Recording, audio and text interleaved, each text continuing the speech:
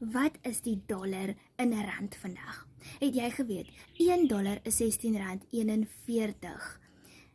En het jy geweet dat jy 'n paycheck kan kry in dollars, net met jou selfoon?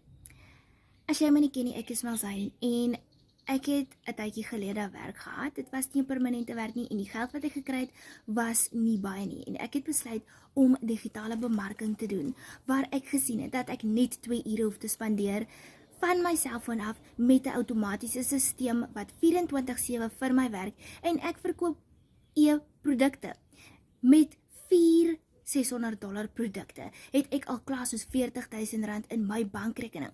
Wat as jy nou by jou werk sit en jy die aanlyn besigheid wat nie eers baie van jou tyd gaan neem nie en waar jy met 4 produkte R40,000 in jou bankrekening kan hê?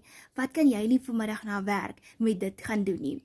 Sit vir my dollars in die comments as jy ook wil kom sien hoe maklik hierdie is en dat jy R40,000 in jou bankrekening kan kry.